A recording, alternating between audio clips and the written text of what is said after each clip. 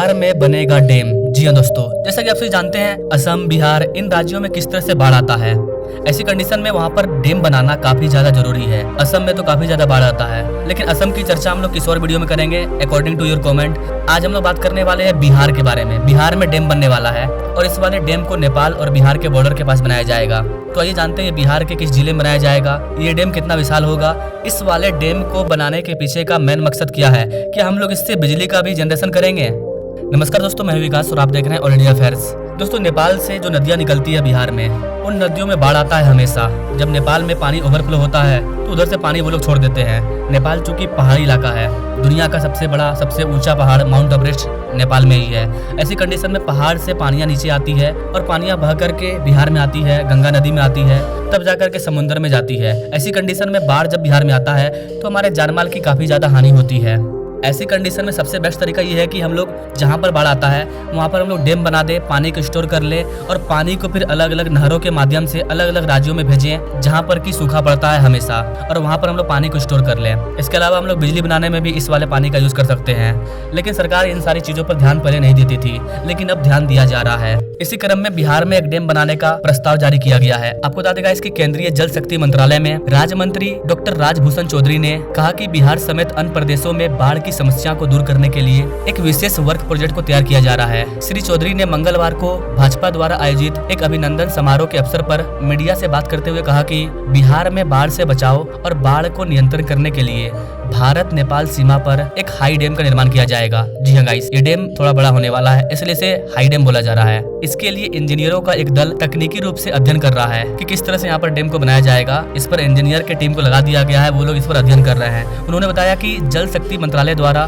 देश में ground water को बढ़ाना, बाढ़ को कंट्रोल करना, नदियों को जोड़ने और नमामि गंगे जैसे कई महत्वपूर्ण इंपॉर्टेंट प्रोजेक्ट पर काम चल रहा है। अभी मैंने हाल ही में आपको इस वाले वीडियो में बताया था कि किस तरह से भारत सरकार नदियों को आपस में जोड़ना चाहती है। इस वाले वीडियो में मैंने आपको डिटेल से समझाया था कि नदियों को आपस में जोड़ने से क्या क्या फायदा होगा, किस तरह से हम गंगा नदी के पानी को दक्षिण भारत में लेकर के जाएंगे। इस वाले प्रोजेक्ट में मैंने इसका जिक्र किया है, आप चाहे तो जाकर के देख सकते हैं। इसका लिंक मैं डिस्क्रिप्शन बॉक्स में डाल दूंगा। तो इसी कार्यक्रम को आगे बढ़ाते हुए एक प्रश्न का उत्तर देते हुए राजभूषण चौधरी जी ने बताया कि राज्यों के बीच जल विवाद को निपटाने के लिए भी मंत्रालय गंभीर है और गंभीर तरीके से काम किया जा रहा है। साथ ही नेपाल एवं चीन के साथ भी जल विवाद को दूर करने की दिशा में हम लोग काम कर रहे हैं। तो कहने का मतलब ये है कि बिहार में जो बाढ़ आता है इसका अब सोल्यूशन निकाला जा रहा है। हालांकि मेरे हिसाब से इसका सोल्यूशन तो बहुत पहले हमें निकाल लेना चाहिए था, क्योंकि हर बार बाढ़ आता है और हर बार सूखा भी पड़ता है। अगर हम लोग बाढ़ के पानी को स्टोर कर लें तो गर्मियों में हमारे किसान भाई इस वाले पानी का यूज सिंचाई के रूप में कर सकते हैं, और जब बाढ़ आएगा तो इस पानी को रोक करके बाढ़ से भी बचा जा पाएगा। गाइस, आपको बता दें कि नेपाल में एक नदी है जिसका नाम है सप्तकोशी नदी, जिसको कि भारत में कोसी नदी के नाम से जाना जाता है। और इसी कोसी नदी पर एक सप्तकोशी उच्च बांध को बनाने का प्रोजेक्ट जारी किया गया है। इस वाले प्रोजेक्ट का मुख्य उद्देश्य दक्षिण पूर्व नेपाल और उत्तरी बिहार में बाढ़ को नियंत्रण करना तथा इससे जल विद्युत उत्पन्न करना है। इसके अलावा इस वाले प्रोजेक्ट के पूरा होने से किसानों को सिंचाई में आसानी होगी, बाढ़ पर नियंत्रण होगा। इसके साथ साथ इससे 3000 मेगावाट की बिजली भी पैदा होगी। बिहार की कोसी नदी एक अंतर सीमा नदी है जो कि तिब्बत, नेपाल और भारत से होकर के बहती है। इसका उद्गम स्थल तिब्बत में है, जिसमें विश्व की सबसे ऊंची पहाड़ी शामिल है।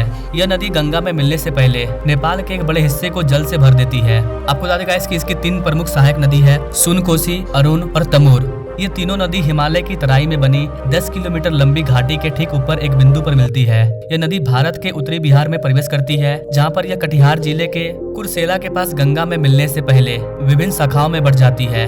भारत में ब्रह्मपुत्र के बाद कोसी नदी सबसे अधिक मात्रा में अपने साथ गाद और रेत लेकर के आती है। गाइस, आपको बता दें कि इसे बिहार का शोक भी कहा जाता है, क्योंकि वार्षिक बाढ़ लगभग 21,000 वर्ग किलोमीटर उपजाऊ कृषि भूमि को प्रभावित करता है, जिसके वजह से बिहार की जो ग्रामीण अर्थव्यवस्था है वो अस्त व्यस्त हो जाती है। ऐसी कंडीशन में आजादी के बाद ही यहाँ पर डैम बना देना था, लेकिन पता नहीं नेता लोग क्या करते हैं। आजादी को 75 साल हो गया, अब तक डैम नहीं बना है। हर साल असम और बिहार में बाढ़ आता है, सुनकर के बहुत दुख लगता है कि हमने अब तक किया क्या। 2 राज्यों में हर साल बाढ़ आ रहा है और हम रोक नहीं पा रहे हैं। फिर कैसी सरकार, ऐसे भारत डेवलप थोड़ी करने वाला है। खैर, देखते हैं इस बार क्या होता है। इस बार इस वाले प्रोजेक्ट पर इंजीनियर की टीम अध्ययन कर रही है। हम दुनिया का सबसे ऊंचा ब्रिज चिनाब ब्रिज को जब बना सकते हैं तो क्या हम बिहार और असम में बाढ़ को नहीं रोक सकते हैं।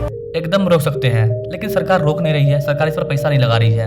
अगर पैसा लगाया भी जाता है तो नेता बाय नेता, नेता बाय नेता जाते जाते खत्म हो जाता है और लोगों को मिलता है घंटा। ये हाल है इन राज्यों का। बिहार में 1-2 पुल गिरता तो समझ में आता, एक साल के अंदर 10 से 12 पुल ढह गए। इसका क्या मतलब है? साफ है कि यहाँ पूरा तरह से घोटाला हो रहा है। बिहार में नेपाल से जितनी भी नदियां आती है उन सब पर हम डैम बना सकते हैं। अगर सरकार के पास डैम बनाने का पैसा नहीं है तो एटलीस्ट कम से कम गर्मी के मौसम में सरकार नदियों को बड़ा कर दे, नदियों को चौड़ा कर दे, नदियों को गहरा कर दे, ताकि जब बाढ़ आए, पानी आए तो आसानी से पानी निकल जाए। लेकिन कोई तैयारी नहीं किया जाता है और फाइनली जब बरसात का मौसम आता है तो ये सारा इलाका बाढ़ में डूबने लगता है।